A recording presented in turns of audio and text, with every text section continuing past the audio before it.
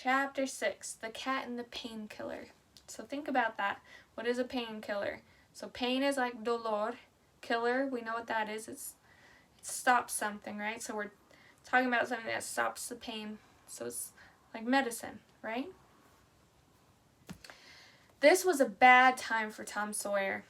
Aside from his sleepless nights, he cannot sleep, he had another problem. Becky Thatcher had stopped coming to school. Why? Tom began finding himself hanging around her house, watching her window and feeling miserable. He'd heard she was ill or sick. What if she should die? Oh my goodness, this poor boy. There was no joy in life for poor Tom. He put away his bat and his ball and dragged himself through each day. Aunt Polly became alarmed. She had never seen Tom this way. She tried all sorts of homemade remedies on the boy. So homemade, made at home. But nothing seemed to work.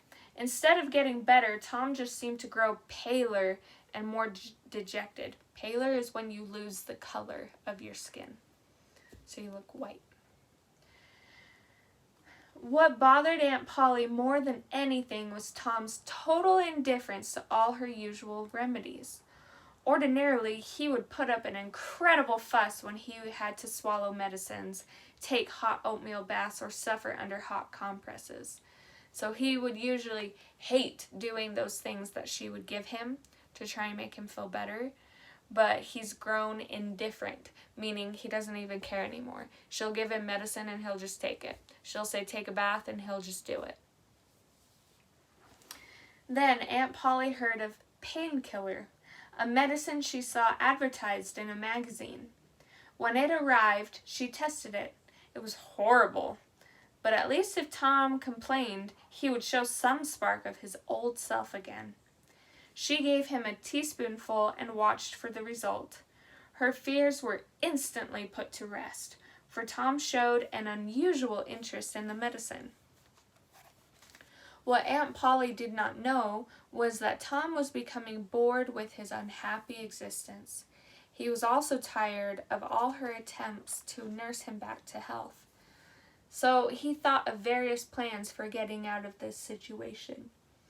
It finally hit him that the best thing to do was to pretend to actually enjoy the painkiller. He began to ask for it so often that he became a nuisance, so he started to bug Aunt Polly. She was tired of him. And Aunt Polly wound up telling him to simply help himself. So she was like, "Oh, stop bothering me. Just take whatever medicine you want." Little did she suspect that Tom was pouring the liquid into a crack in the parlor floor when nobody was looking. So he was putting it in the floor. One day when Tom was getting rid of the medicine this way, his aunt's cat, Peter, came into the parlor. Peter eyed the spoon in Tom's hand and seemed to beg for a taste. "Don't ask for it unless you want it, Peter," said Tom. But Peter meowed that he did want it. Cats don't want medicine like that. Well, not human medicine anyway. "You better make sure." Peter was sure. Tom pried open the cat's mouth and poured down the painkiller. Peter sprang a couple of yards into the air and let out a loud war whoop. Then he set off around the room, banging against furniture, upsetting flower pots, and making a mess of the house. Aunt Polly entered the room and stared in amazement as Peter did a few double somersaults and sailed through the open window, carrying with him the rest of the flower pot. So he jumped out the window.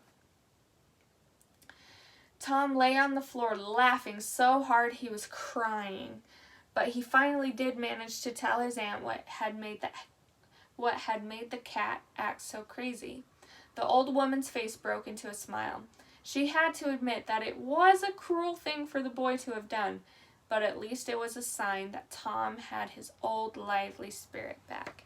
So she wasn't very happy with him, but she was happy that he was getting back to normal. Okay?